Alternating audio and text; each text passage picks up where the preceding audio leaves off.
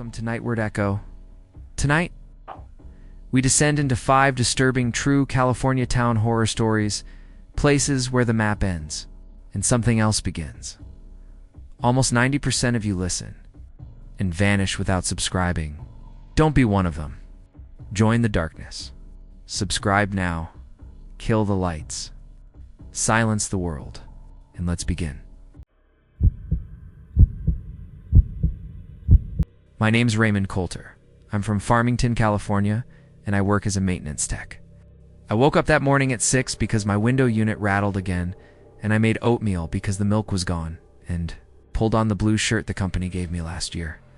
The one with the stitching, fraying on the left side, and I clocked in at 7:58 because the line to the sign-in tablet is always slow, but it still counted as on time. My supervisor told me there was a call from the county property division about an old storage building behind the fairgrounds tagged for evaluation. Just a quick look. Just pictures. Just to see if the flooring had given out. I took the keys from the board and signed the clipboard, and I drove the white van out through the back road, where the fog had come in strange, like it didn't know it was supposed to lift by now. I was alone that day.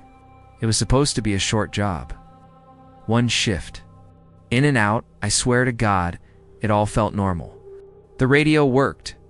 The van heater clicked 3 times like it always does. The fairgrounds fence was open because they were clearing stuff from another shed. I parked by the chain link gate. The grass around that old storage building was wet, even though the sky didn't look like rain. I remember stepping around a plastic bin turned upside down with a cracked lid and thinking someone left in a hurry. The building itself was just metal siding with a sliding door that stuck when I pulled it. I had to lift it a little to get it to move. Inside was empty, except for dust, old pallets, a busted fan, and the smell of wet metal. Noon glare was coming through the slits in the siding and making little straight lines on the ground.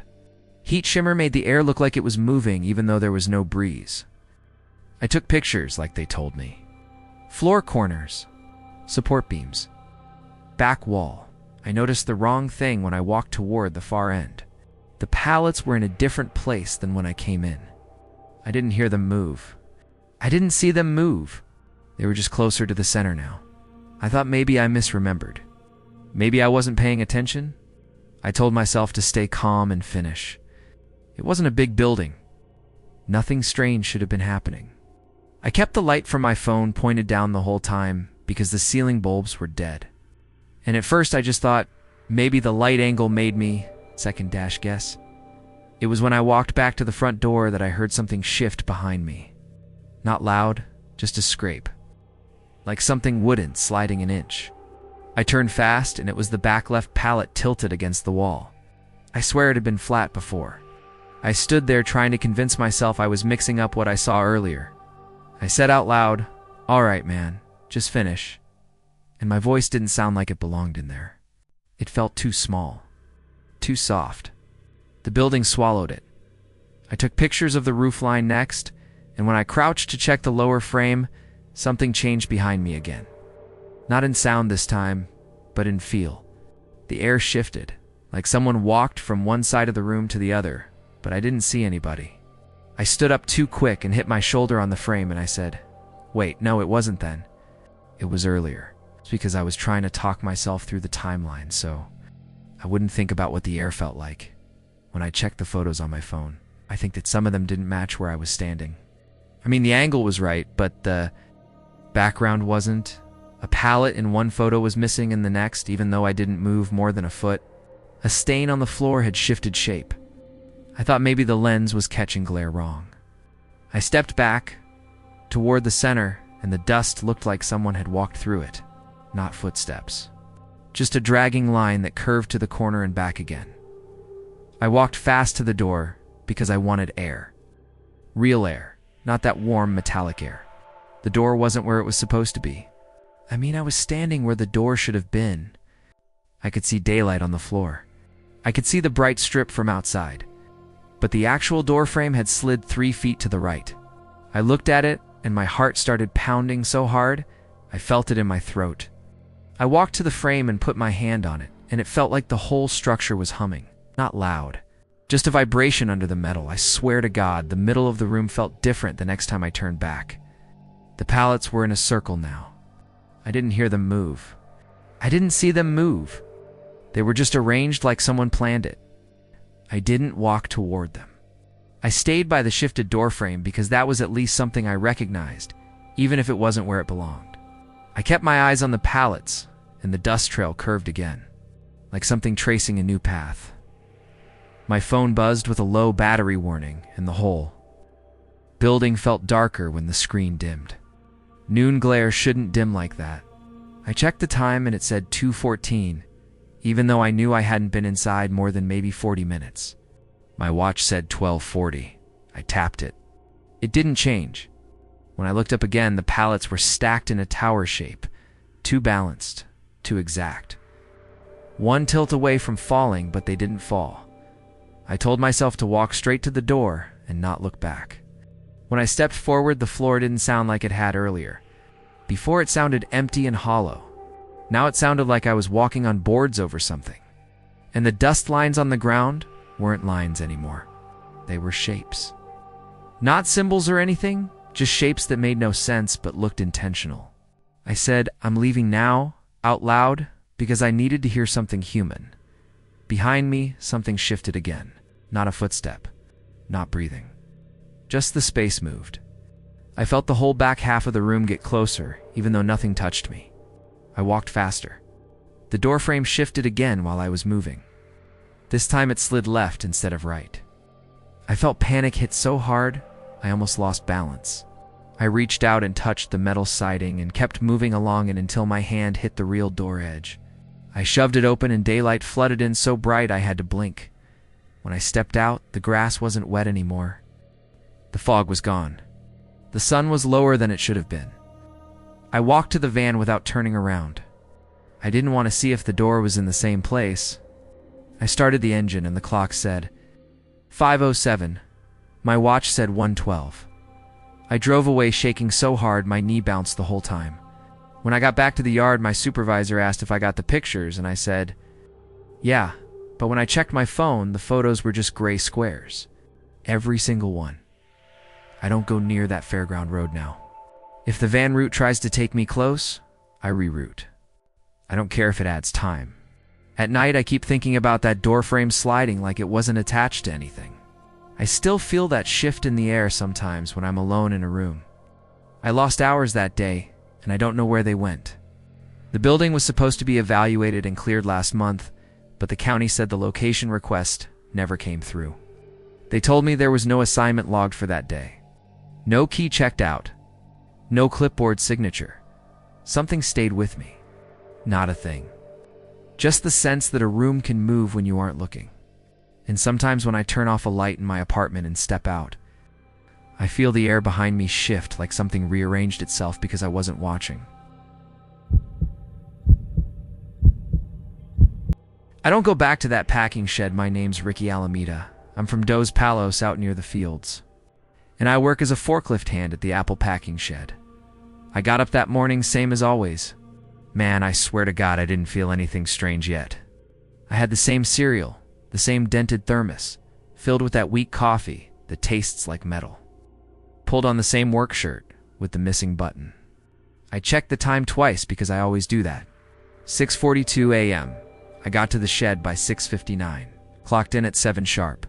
My hands already stiff from the cold. It was all normal. Just the morning hum of the refrigeration units and the slow beeping of the pallet scanners. Nothing wrong then. The place felt a little emptier though. I noticed it right when I walked in. Like the air was pulled back. But I didn't think anything of it. I just nodded at Marco, my coworker, who said, "We're short today, man," they called in. I just shrugged and started stacking bins. No reason to be nervous. Not yet, around 8:30. I was moving crates toward the back bay where the old citrus side used to be before they shut it down last year. The lights flickered once, but they always do when the compressors kick in. The floor was cold. The walls had that smell of dust and fruit that never leaves. And then something small started to feel wrong. A tiny thing. The kind of thing you try to ignore. I put my wrench on the side rail while fixing a jammed bin slider. I turned back to the forklift, only about 5 steps away. When I reached for the wrench again, it wasn't where I put it. It was 3 feet to the left on the concrete. I thought maybe it rolled, but it's heavy and flat and never rolls. I actually laughed at myself. I thought maybe I was just tired. At 9:12, the lights in the back bay turned off. Just the back bay. No one touched the switches. No breakers tripped. It was only dark back there, like the whole shed leaned away from it. Marco walked by and said, "Don't go back there alone." Just joking, but his voice shook a little. I told him I just needed to finish my shift. By 10, it was getting worse. Every time I came around the corner near the old citrus line, the temperature dipped. I could see my breath even though it wasn't that cold anywhere else. I walked past the sorting line, and I swear to God something shifted. The metal conveyor rails made this soft tapping sound. It's like someone tapping with a finger. Slow, careful, not the normal rattling. I turned around quick, but nothing moved. Just my tools on the cart, except the cart was facing the wrong direction. I didn't touch it. I didn't move it. I know I didn't. I tried to keep working, but every time I stepped away from something, it felt like the air behind me got full. Like someone was standing close enough to breathe on my neck, but not close enough to touch. When I looked back, nothing. Just pallets stacked too. High in that weird dark corner where the old packing machines sat covered with dust around. 11:20, I heard something. Not loud, not like someone calling my name.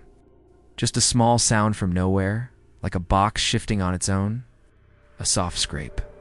I said out loud, "Who's back there?" Marco yelled from the front, "I'm up by the lift, man, not back there." His voice echoed weird. It carried too long. I felt something tighten in my chest. I walked out of the bay and into the main line. It's like the concrete floor was tilting under me. I was alone back there after lunch. Everyone else had tasks up front. I just needed to check the old storage room because management wanted to move spare crates into it next week. I didn't want to, but it was my job. The door sticks, so I had to lean my shoulder into it. When it opened, the dust shifted in the air like it had been disturbed a moment before. I stood in the doorway listening to the quiet hum of the main line outside. Inside, it was too still. It smelled wrong. Not rotten, not sweet. Just wrong. I looked around with my flashlight. Everything seemed normal. Old crates. Stacked bins. The coil of extension cords we haven't used in months. I turned around to leave because everything in me felt like it was pushing me out. But the door was almost closed. It closes slow because the hinge is loose, but this time it was nearly shut. I didn't hear it move. I didn't hear anything. I pushed it open fast and stepped out. And my cart was right there, inches from my boots. I didn't roll it there. I know how heavy it is. It doesn't glide. I would have heard it scrape the concrete. I said, no, under my breath and walked fast back into the lit area. When I reached the main line, Marco looked at me and said, "You okay, man?" I wanted to say yes, but I knew he saw it on my face. I said, "Something's off back there," he told me. "Just finish the shift. It's nothing." By 2:30, I couldn't pretend anymore. I went to check the pallet jack at the far end. I was alone. The afternoon smog from outside made the skylights dim. The motors hummed in this slow, uneven rhythm. My head felt tight. When I set my clipboard down to open the side panel, I heard a thump behind me. Not loud, just a soft, steady thump like someone pressing their palm on a wooden crate. I turned slowly. No one. Nothing. But the clipboard I had set down was now on the floor, right by my boot, upright, leaning against it. It couldn't have fallen like that. My hands shook so hard I dropped the panel screws. I bent down to pick them up, and for 1 second I smelled apple skins the way they smell when they're crushed. Fresh, sharp, but we weren't processing anything that day. The lines were empty. I stood up fast, and the whole shed felt like it leaned. Just a little. Like gravity wasn't straight anymore. My vision blurred for a second. I felt like if I stayed still too long, I'd slide toward the back bay. I told Marco I needed a minute outside. But when I pushed the exit door, it jammed. It never jams. I yanked it hard, and it didn't move.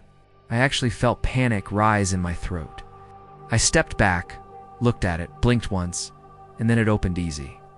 Like nothing was wrong. Like it was testing me. Outside, the sky looked heavier than normal, smoggy, damp. My skin felt cold. I heard the shed humming behind me, but the hum changed. Man, I swear to God it changed. It had this slow pulse to it, like a heartbeat, but too slow, too steady. I walked back in because I had to finish my shift. I didn't want to go back, but I didn't have a choice. At 3:18, the moment happened. The one I can't explain. I was near the old citrus bay again, checking the crate straps. The overhead light flickered once, then went steady. Then something changed. Not sound, not light. Something in the air. Like the space shifted while I blinked. The crates around me weren't where they had been. Just slightly off. Turned the wrong way, pushed too close together. I stepped back, and my heel hit something. My wrench, the one I lost earlier. Except I hadn't lost it. I hadn't dropped it. But there it was. Right behind me, clean, shiny, like someone wiped it. I heard the tapping again, slow, careful, this time not on metal, on the concrete. One, then another, then nothing. I spun around, and the air felt thick, like someone brushed past without touching. My flashlight flicked on in my pocket by itself. I didn't press anything. The beam pointed into the corner where the light had failed that morning. The dark wasn't normal dark anymore. It felt deep, like the room stretched farther than it should. I stepped back once, twice, and the forklift behind me beeped like someone had just climbed onto it. I turned so fast my neck cracked. No one was there, but the seat was pressed down, like weight had been on it a moment ago. I couldn't breathe right. My vision felt narrowed. The tapping stopped. The hum of the shed went quiet, completely quiet. You don't know how wrong that is until you hear it. A packing shed is never silent. Never, I whispered. Please stop. Even though I didn't know who I was talking to, then the light snapped on. All at once, too bright, and everything was normal. The crates were right. The cart was where I had left it. The forklift seat looked untouched. The air felt empty again, hollow, like something had stepped out of the room. I left early. I didn't even clock out right. My head felt light. My skin felt cold. I kept checking behind me while walking across the parking lot. I don't know why. Nothing was there. But I still checked. I don't go near the back bay now. They keep asking me to train the new guys on the machines, but I won't. I tell them it hurts my shoulder to work back there. I avoid that whole side of the shed. I avoid the smell of crushed apples. I avoid the tapping of metal. I don't know what happened. I don't know why my tools moved, or why the lights changed only when I wasn't looking, or why the shed went completely silent like it was holding its breath. All I know is that something was there. Not a person. Not an animal. Just a presence that stayed just outside sight. It watched when I wasn't turned toward it. It knew where my tools were. It knew where I would step. And I can feel something in me, knows the rhythm of that tapping now. I escaped, but not really. Something stayed with me. I don't walk into that bay anymore.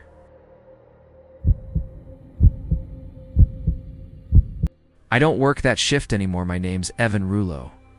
I'm from Cormont out past the old grain towers, and I work as a cooler tech for a produce warehouse. I woke up that morning at 5:12 because the swamp cooler outside. My window kicked on early again and rattled the metal frame. I made eggs even though I wasn't hungry.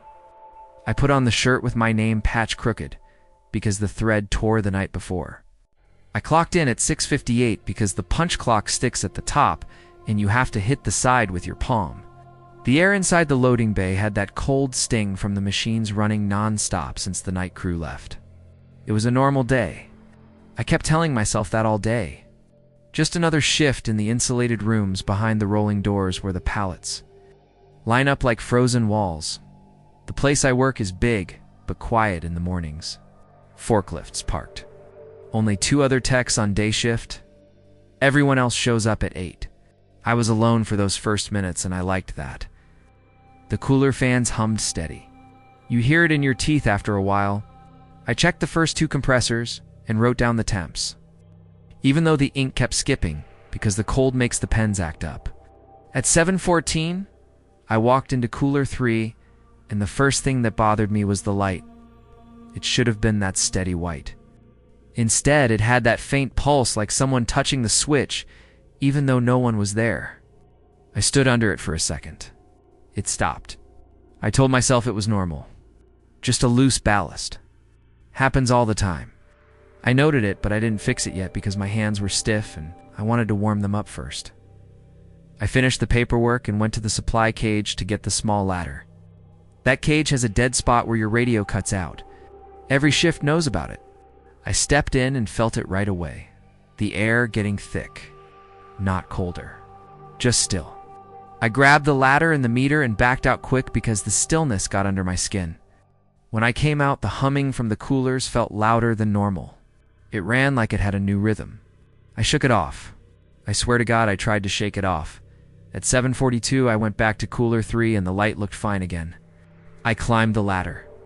Checked the cover. Everything looked tight. I didn't see anything wrong. I tapped the fixture. No flicker.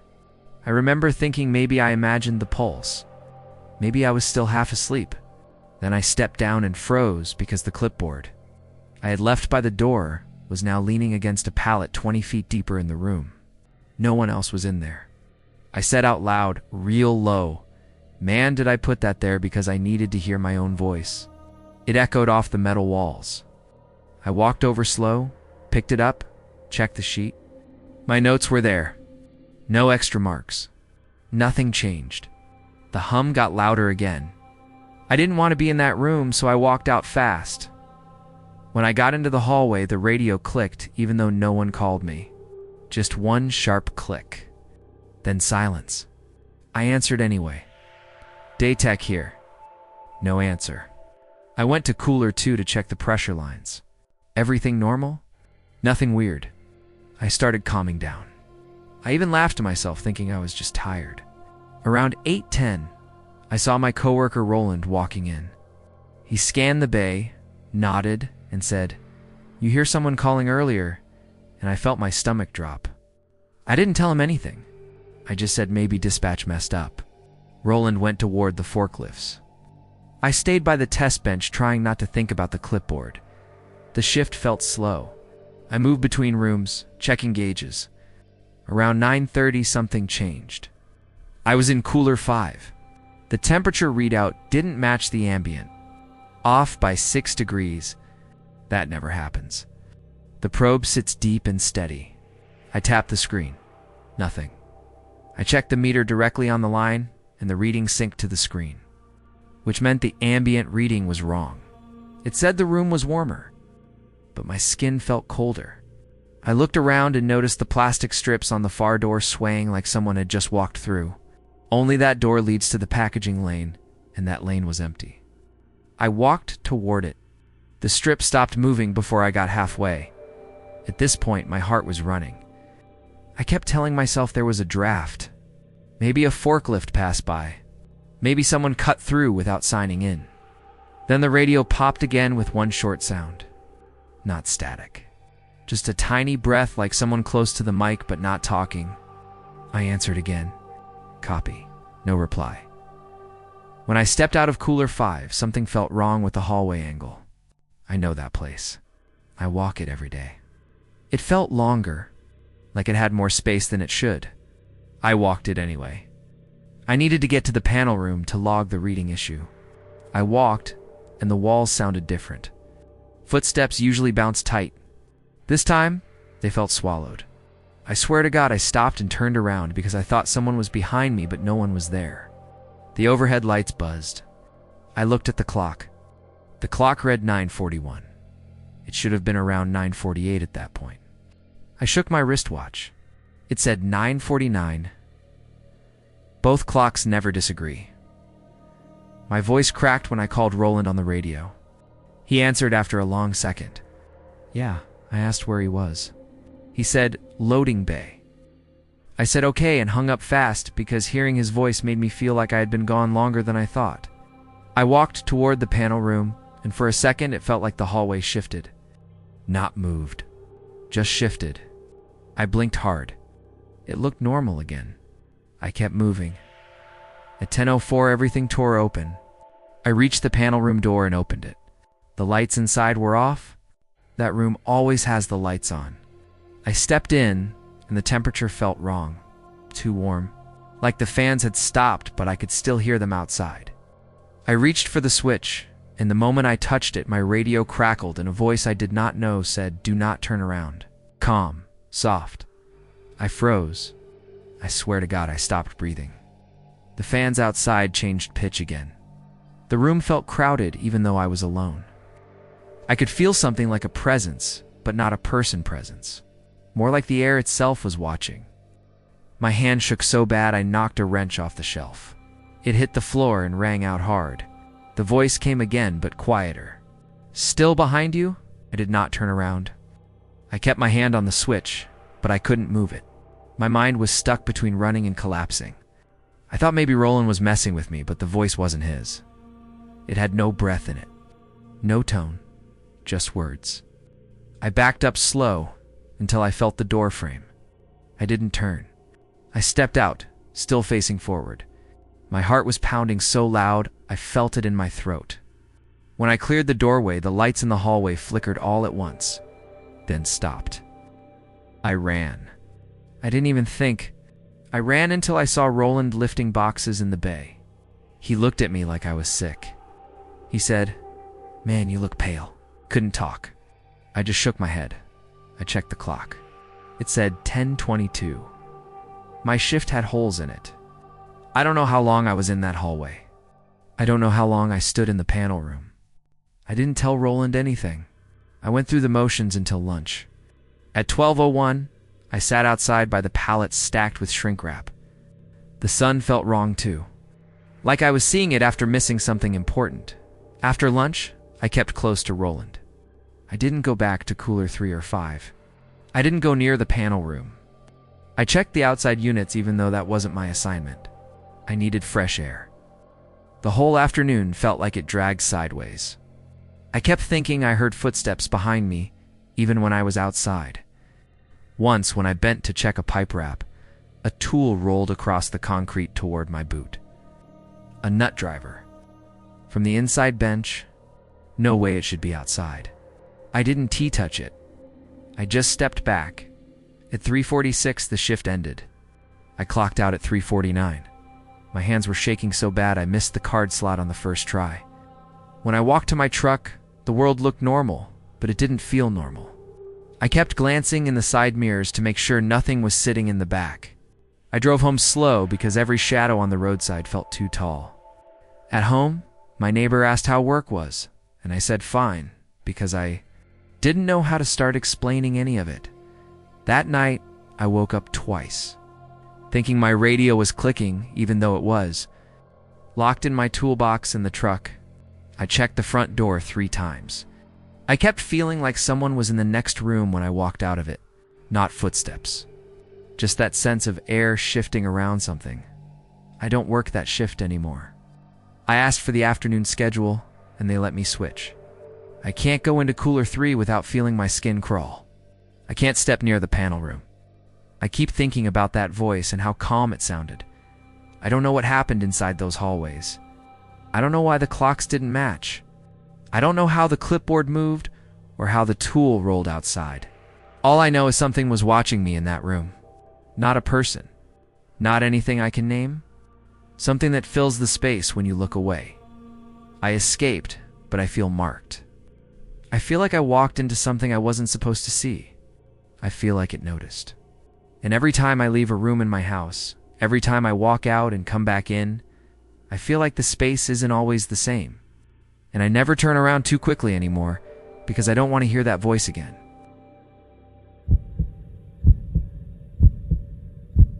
My name's Ricky Calden. I'm from Dunnigan, out by the old frontage road.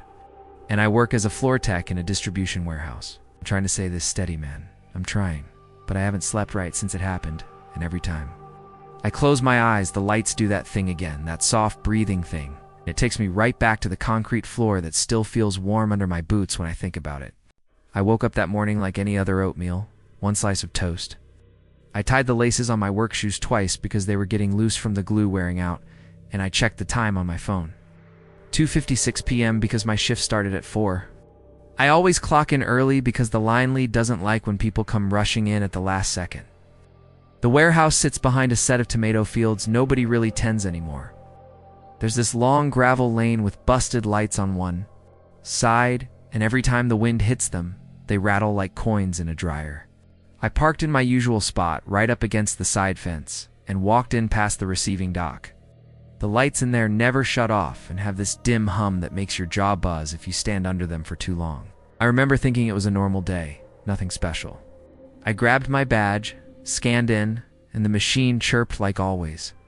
4:01 p.m., 1 minute late, but nobody said anything. My supervisor, Warren, lifted his hand and said, "You got aisle 7 tonight.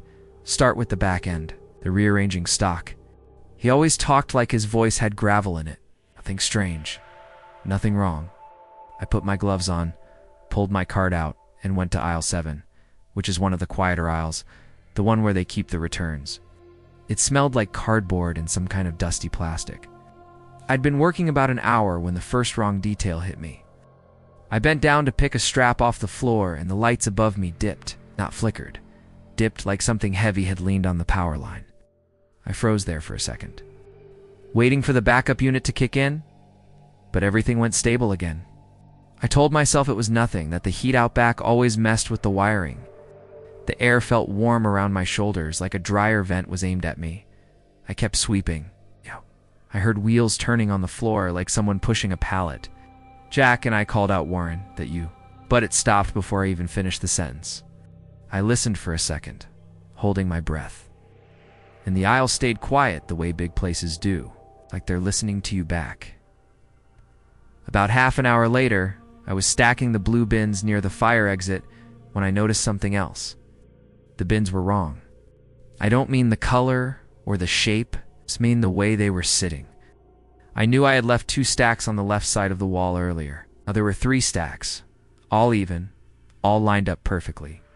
I stood there with my hand on one of them, thinking I must have misremembered. Long shifts do that. You move things without realizing. But the way they were lined up bothered me. They were too perfect. Warehouse life isn't perfect. Things fall over. People shove stuff around. I reached out to push one slightly off center, just to break the weird feeling in my chest, and the moment my glove touched it, the lights dipped again. Deeper this time, like the whole building was taking a slow breath. I stepped back without meaning to. I tried to laugh it off. I really did. I even said, "Man, I'm too tired for this," under my breath, but the sound of my own voice made it worse. Came back to me in the aisle a little delayed. Not an echo, just late. I checked the fire exit door, but it was locked like always. I went back to sweeping. I kept telling myself to finish the aisle and move on. People get loopy on long shifts. At around 6:30 p.m., my coworker Luis came around the corner. He was chewing sunflower seeds like always. He looked at me and said, "You hear that?" I told him no. He tilted his head like he was trying to catch something far off. "Like someone walking in the racks," he said. He spit a seed into a cup and looked uneasy. That made my stomach drop because Luis doesn't get spooked. I told him it was probably echo from receiving. He frowned and said it wasn't echo. Then he left to go check the other end.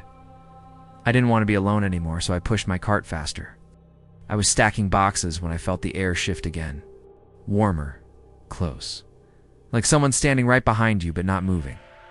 I turned fast, and nobody was there. The bins were exactly where I left them now.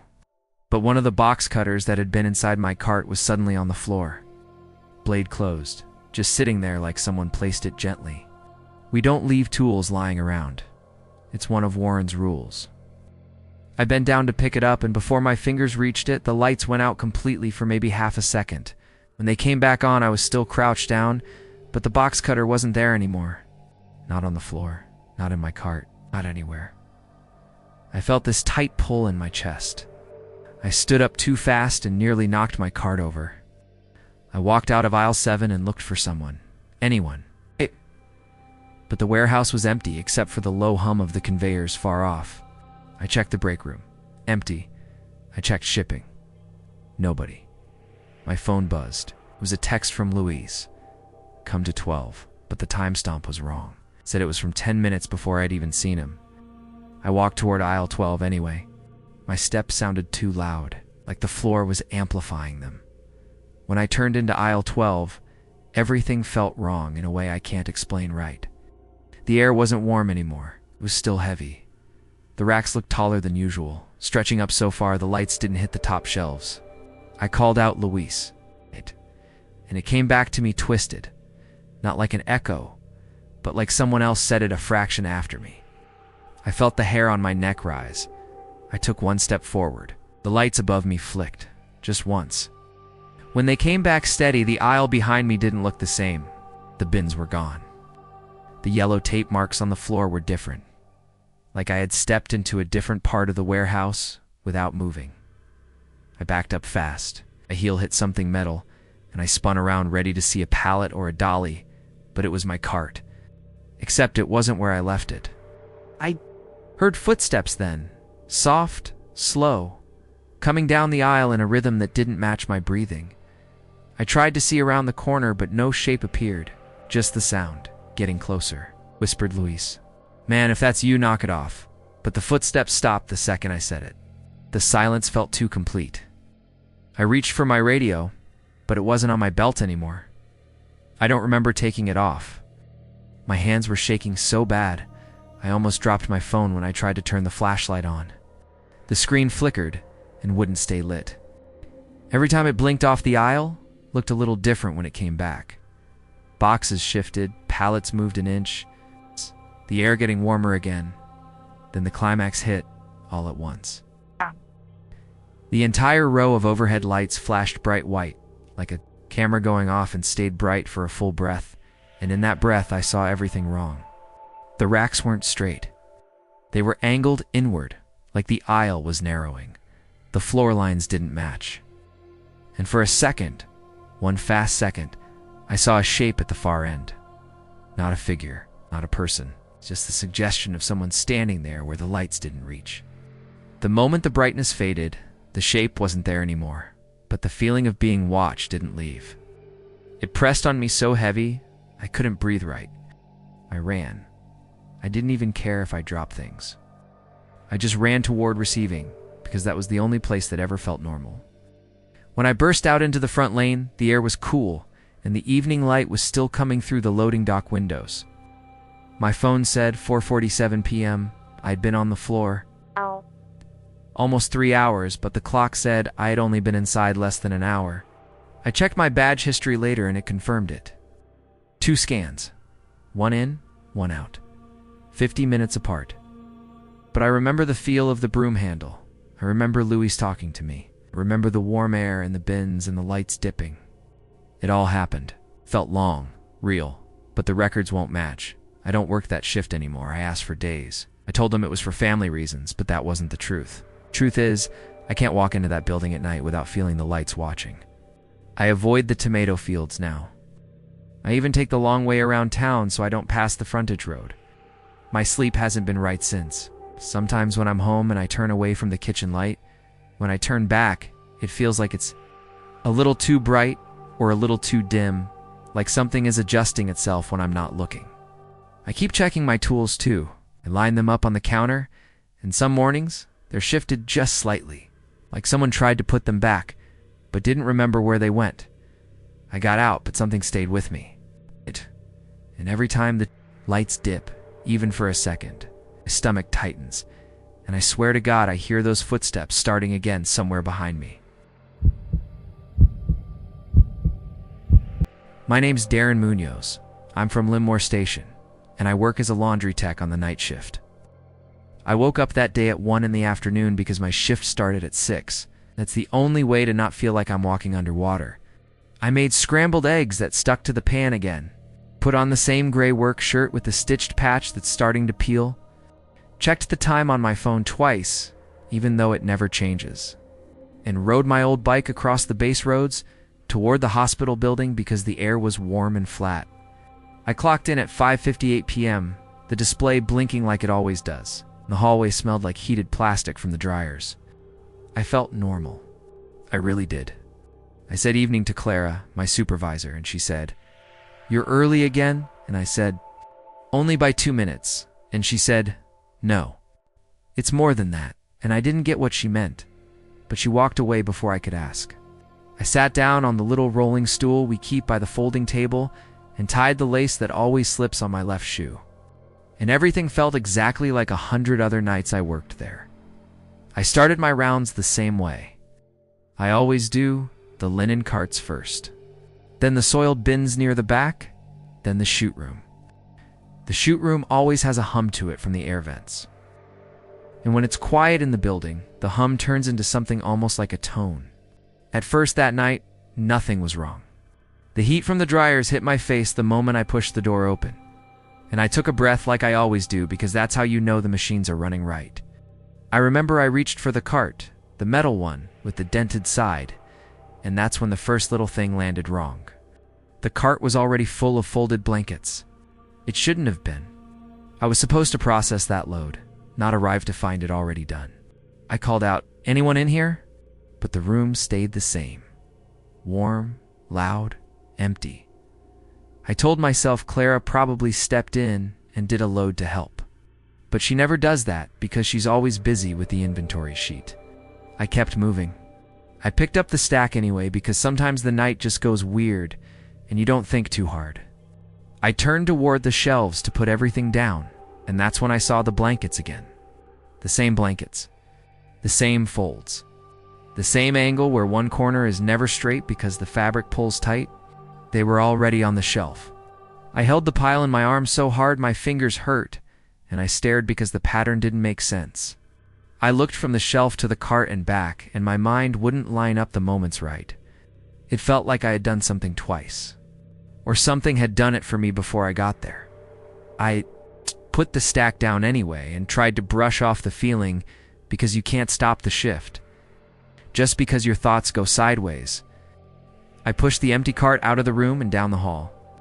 When I passed the first supply closet, and I heard something that I thought was the air conditioner kicking on, but it wasn't that. It had rhythm. A soft thump thump thump, like someone tapping on the inside of the metal door. I leaned in closer and said, "Anyone stuck?" And I felt silly for even saying it. The tapping didn't stop. It got steadier, almost like it knew I was listening. I opened the door. The closet was empty except for a mop and 3 boxes of gloves. The tapping stopped the second I turned the knob. When I closed the door again, I heard the same rhythm start up from farther down the hall, from the next closet. I felt a tightness in my chest that made it hard to breathe right, and I said out loud, "Man, no, not tonight." I walked faster, pushing the cart with both hands. The wheels squeaked like they always do, but the sound behind me kept shifting. First the tapping again. Then something like a footstep, but softer than a footstep. Then the tapping again, but closer. When I reached the linen elevator, I pressed the button, and the doors opened instantly. They never do that. It usually takes a minute because the elevator is old and slow. I stepped inside and hit the basement button to get to the main laundry room, and the doors slid shut with a hiss I've never heard before. The elevator dropped so fast that I had to steady myself, and the light flickered from bright to dim, bright to dim, bright to dim, in a rhythm that matched the tapping I had heard. I swear to God, I counted the seconds, and the flicker came every 3 beats.